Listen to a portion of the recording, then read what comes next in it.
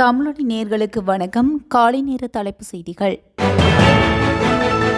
ஜனாதிபதி அனுரகுமார் திசாநாயக்க செப்டம்பர் 24ஆம் தேதி நியூயார்க்கில் நடைபெறும் ஐக்கிய நாடுகள் பொது சபையின் 79வது அமர்வில் உரையாற்றவுள்ளார். ஐக்கிய நாடுகள் சபை வெளியிட்ட திருத்தப்பட்ட தற்காலிக பேச்சாளர்களின் பட்டியலின்படி செப்டம்பர் 23 முதல் 29 வரை நடைபெறும் போது விவாதத்தின் பிற்பகல் அமர்வில் ஜனாதிபதி உரையாற்றுவார். அரசு தலைவராக தனது முதல் ஐக்கிய நாடுகள் பொது சபை உரையில் அனுரகுமார திசாநாயக்க இலங்கையின் சீர்திருத்த நிகழ்ச்சி நிரல், பொருளாதார மறுமலர்ச்சி முயற்சிகள் மற்றும் காலநிலை நடவடிக்கை, நிலையான வளர்ச்சி மற்றும் சர்வதேச ஒத்துழைப்பு உள்ளிட்ட உலகளாவிய பிரச்சினைகள் குறித்த அரசாங்கத்தின் நிலைப்பாட்டை வெளிப்படுத்துவார் என எதிர்பார்க்கப்படுகிறது. இந்த ஆண்டு தொடக்கத்தில் அனுரகுமார திசாநாயக்க தேர்ந்தெடுக்கப்பட்டதிலிருந்து இலங்கை உலக அமைப்பில் ஆற்றும் முதல் உரை இது என்பதும் குறிப்பிடத்தக்கது. அக்டோபர் 8ஆம் தேதி முதல் இலங்கை போக்குவரத்து சபையில் புதிய உறுப்பினராக லங்கா மெட்ரோ பஸ் நிறுவனம் நிறுவப்படும் என போக்குவரத்து நெடுஞ்சாலைகள் மற்றும் சிவில் விமான சேவைகள் அமைச்சர் பிமல் ரத்நாயக்க தெரிவித்துள்ளார். இந்த நிறுவனம் இலங்கை போக்குவரத்து சபைக்கு முழுமையாக சொந்தமான நிறுவனமாக நிறுவப்படும் என்றும், ஆனால் அதன் செயற்பாடுகள் தனியார் துறையின் செயற்பாடுகளைப் போலவே இருக்கும் என்று அமைச்சர் கூறினார். அதேவேளை நீண்ட தூர சேவையில் ஈடுபடும் பேருந்துகளில் பயணிக்கும் பயணிகள் ஜனவரி 1ஆம் தேதி 2026 முதல் சீட் பெல்ட் அணிவது கட்டாயமாக்கப்படும் என்றும் அமைச்சர் தெரிவித்தார். இலங்கை போக்குவரத்து சபைக்கு சொந்தமான பழைய லேலண்ட் மற்றும் டாடா பேருந்துகளில் சீட் பெல்ட்டுகள் பொருத்தப்படாதனால் புதிய சீட் பெல்ட்டை தயாரிக்குமாறு இலங்கை போக்குவரத்து சபையில் தொழில்நுட்பத் துறைகளுக்கு அறிவிக்கப்பட்டுள்ளதாக அமைச்சர் பிமல் ரத்நாயக்க மேலும் கூறினார். மின்சார சபை ஊழியர்களின் வேலைநிறுத்த போராட்டம் இன்று நள்ளிரவு வரை தொடர மின்சார தொழிற்சங்கங்கள் முடிவு செய்துள்ளன. அதே நேரம் மின்சார சபையை மறுசீரமைப்புக்கும் மசோதாவை எதிர்த்து மின்சார தொழிற்சங்கங்கள் எதிர்வரும் 4ஆம் தேதி முதல் வேலைநிறுத்த போராட்டத்தில் ஈடுபட உள்ளதாக தெரிவிக்கப்படுகின்றது. மின்சார சபை ஊழியர்கள் குழுக்களாக இணைந்து மின்சார சபை தலைமையகத்தின் முன் 2 நாள் வேலைநிறுத்த போராட்டத்தில் ஈடுபட்டு இருந்தனர். அத்தோடு புதிய மின்சார சபை சட்டத்தின் பாதகமான விளைவுகளை எதிர்த்து தொடர்ந்தும் போராடுவோம் என மின்சார தொழிற்சங்கங்கள் தெரிவித்துள்ளமை குறிப்பிடத்தக்கது. இலங்கை போலீசார் தொடர்பிலான முறைப்பாடுகளை பதிவு செய்யும் நோக்குடன் அறிமுகப்படுத்தப்பட்ட வாட்ஸ்அப் இலக்கத்துக்கு இதுவரை 9,000 முறைப்பாடுகள் பதிவு செய்யப்பட்டுள்ளதாக கூறப்படுகின்றது. குறித்த முறைப்பாடுகளுக்கு உடனடி தீர்வுகளை வழங்க நடவடிக்கை எடுக்கப்பட்டுள்ளதாகவும் தெரிவிக்கப்பட்டுள்ளது. போலீசார் தொடர்பிலான முறைப்பாடுகளை உடனடியாக தெரிவிக்க போலீஸ் மா அதிபர் பிரியந்த வீரசூரிய 07155988888 எனும் வாட்ஸ்அப் எண்ணை அறிமுகப்படுத்தியுள்ளமை குறிப்பிடத்தக்கது. இலங்கையில் போர்க்குற்றங்கள் மற்றும் மனித உரிமை மீறல்களால் பாதிக்கப்பட்டவர்களுக்கு உள்ளக பொறிமுறை ஊடாக நீதி நிலைநாட்டப்படும் என பிரதமர் கலாநிதி கருணி அமரசூரிய தெரிவித்தார். உறுதிமொழியை நிறைவேற்றுவதில் தேசிய மக்கள் சக்தி அரச அர்ப்பணிப்புடன் செயல்பட்டு வருகின்றது. இந்த நாட்டில் வாழும் அனைத்து இன மக்களினதும் சம உரிமைகள் உறுதிப்படுத்தப்படும் சூழல் உருவாக்கப்படும் என்றும் அவர் கூறினார். ஊடகம் ஒன்றுக்கு வழங்கிய நேர்காணலின் போதே அவர் இவ்வாறு குறிப்பிட்டுள்ளார். நுவரெலியா ராகலை பிரதான வீதியில் புரோக்சைட் சந்தைக்கு அருகில் நேற்று காலை இடம்பெற்ற விபத்தில் ஒருவர் படுகாயமடைந்துள்ளதாக போலீசார் தெரிவித்தனர். தனியார் பஸ் ஒன்றும் லொரியொன்றும் நேருக்கு நேர் மோதியதில் இந்த விபத்து இடம்பெற்றுள்ளதாக போலீசார் தெரிவித்தனர்.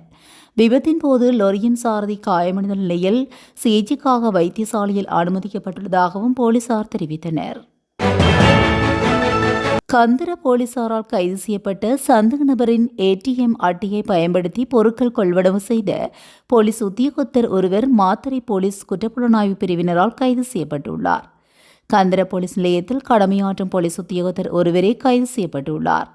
குறித்த போலீஸ் உத்தியோகத்தர் 2024ஆம் ஆண்டு மாத்தறை கந்திர பிரதேசத்தில் வைத்து கைது செய்யப்பட்ட சந்தேக நபர் ஒருவரின் ஏடிஎம் அட்டையை பயன்படுத்தி பொருட்கள் கொள்வனவு செய்துள்ளதாக போலீசாருக்கு முறைப்பாடு கிடைத்துள்ளது. போலீசாரால் மேற்கொள்ளப்பட்ட விசாரணையில் இந்த போலீஸ் உத்தியோகத்தர் கைது செய்யப்பட்டுள்ளார். கைது செய்யப்பட்ட போலீஸ் உத்தியோகத்தரை நீதிமன்றத்தில் ஆஜர்படுத்த போலீசார் நடவடிக்கை எடுத்துள்ளனர். மேலும் சம்பவம் தொடர்பான மேலதிக விசாரணைகளை மாத்தறை போலீஸ் குற்றப்புலனாய்வு பிரிவினர் மேற்கொண்டு வருகின்றனர். இலங்கை போக்குவரத்து சபைக்கு 450 ஓட்டுநர்கள் மற்றும் 300 நடத்துனர்களை நியமிக்கப் போவதாக போக்குவரத்து அமைச்சு தெரிவித்துள்ளது. அத்தோடு இலங்கை போக்குவரத்து சபைக்கு பெண்கள் நடத்துனர்களாகவும் நியமிக்கப்படுவார்கள் என்றும் போக்குவரத்து அமைச்சு தெரிவித்துள்ளது. குழந்தைகளை ஏற்றி செல்லும் பேருந்துகளில் பெண்களை பணியமர்த்த அமைச்சு எதிர்பார்க்கின்றதாகவும் அமைச்சர் விமல் ரத்நாயக்க தெரிவித்தார். விமான பணிப்பெண்களுக்கு வழங்கப்படுவதை போன்ற சீருடைகளை பெண் நடத்துனர்களுக்கு வழங்க ஏற்பாடுகள் செய்யப்படும் என்றும் போக்குவரத்து அமைச்சர் விமல் ரத்நாயக்க தெரிவித்தார். ஜனாதிபதி, பிரதமர் மற்றும் அமைச்சர்கள் உள்ளிட்ட பிரமுகர்கள் கலந்து கொள்ளும் நிகழ்வுகளின் போது அதிக பாதுகாப்பு மற்றும் எச்சரிக்கையுடன் செயல்படுமாறு அனைத்து மூத்த போலீஸ் அதிகாரிகளுக்கும் போலீஸ் மா அதிபர் பிரியந்த வீரசூரிய உத்தரவிட்டுள்ளதாக தகவல் வெளியாகுள்ளது.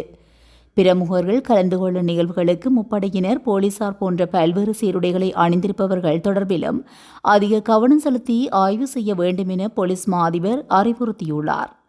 போலீஸ் மா அதிபர் இந்த உத்தரவை 15ஆம் தேதி ஒரு சிறப்பு சுற்றறிக்கையின் மூலம் அறிவித்துள்ளமை குறிப்பிடத்தக்கது.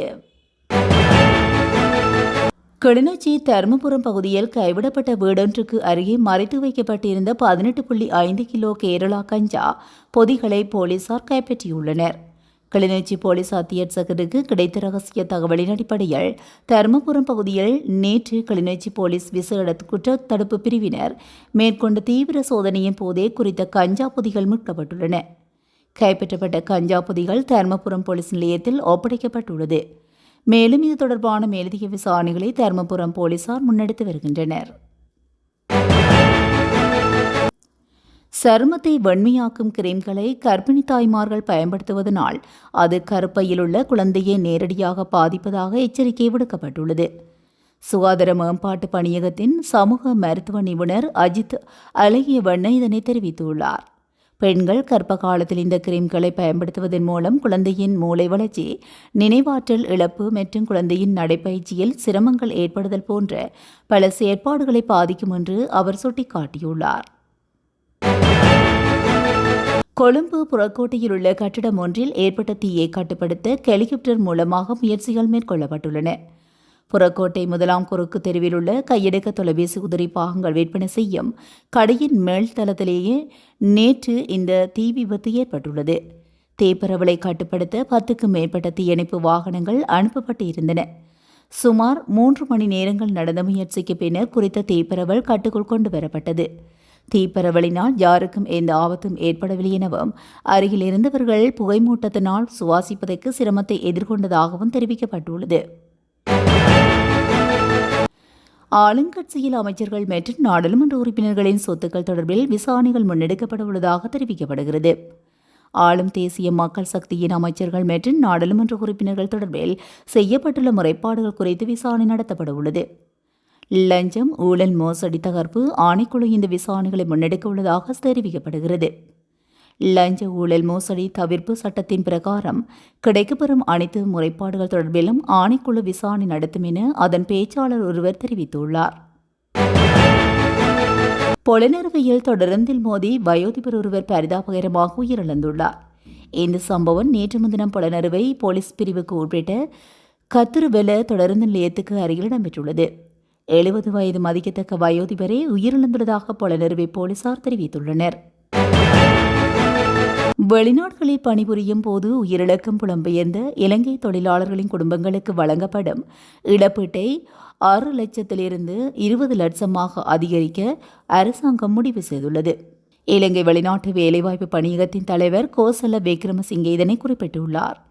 இலங்கை வெளிநாட்டு வேலைவாய்ப்பு பணியகத்தின் பதிவு மூலம் வெளிநாடு செல்லும் எந்தவொரு இலங்கை தொழிலாளிக்கும் இந்த இழப்பீடு உரித்தாகும் என அவர் தெரிவித்துள்ளார். ஆகஸ்ட் மாத இறுதி நிலவரப்படி இலங்கை புலம்பெயர்ந்த தொழிலாளர்கள் நாட்டிற்கு 5.2 பில்லியன் டாலர்களை அனுப்பியுள்ளனர் என்றும் அவர் குறிப்பிட்டார். இந்த ஆண்டு இதுவரை சுமார் 2,20,000 இலங்கையர்கள் வெளிநாட்டு வேலைவாய்ப்பை நாடி சென்றுள்ளனர். இந்த ஆண்டின் இறுதிக்குள் பணம் அனுப்பல் 7 பில்லியன் டாலர்களை எட்டும் என்று எதிர்பார்க்கப்படுகின்றது. 2026ஆம் ஆண்டில் இந்த எண்ணிக்கை 7.5 பில்லியன் டாலர்களாக அதிகரிக்கக்கூடும் என்றும் அவர் நம்பிக்கை வெளியிட்டுள்ளார்.